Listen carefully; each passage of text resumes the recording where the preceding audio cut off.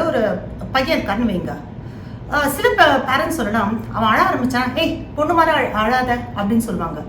அது ஒரு வகையான எமோஷனல் இன்வாலிடேஷன். அதே மாதிரி குழந்தை வயிறு வலிக்குதுன்னு சொல்லிச்சுன்னா, ஆமாம் சும்மா ஸ்கூலுக்கு போகாமல் இருக்கிறதுக்கு இந்த மாதிரி ஏதாவது சொல்லிட்டே இரு அப்படின்னு சொல்கிறது. இல்லாட்டி ரொம்ப கோவம் வருதுன்னு வச்சுக்கோங்க. ஒரு பொண்ணுன்னா இப்படி கோவப்படக்கூடாது, ஆண்கள் தான் கோவப்படணும் அப்படின்னு சொல்கிறது. ஸோ இந்த மாதிரி சொல்றதால என்ன ஆகுதுன்னா, வீட்டுக்குள்ளேயும் இது நடக்கும், சமூகத்திலையும் இது நடக்கலாம். இப்போ வீட்டுக்குள்ள நடக்கும்போது ஒரு தனி மனிதனுக்கு எந்த மாதிரியான பாதிப்புகள்லாம் வருது?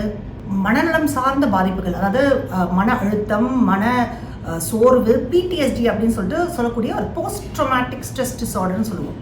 அந்த மாதிரியான வகை நோய்கள் வரலாம்.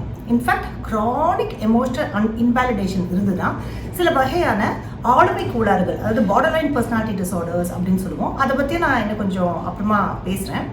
இதுவும் வர்றதுக்கு வாய்ப்பு உண்டு.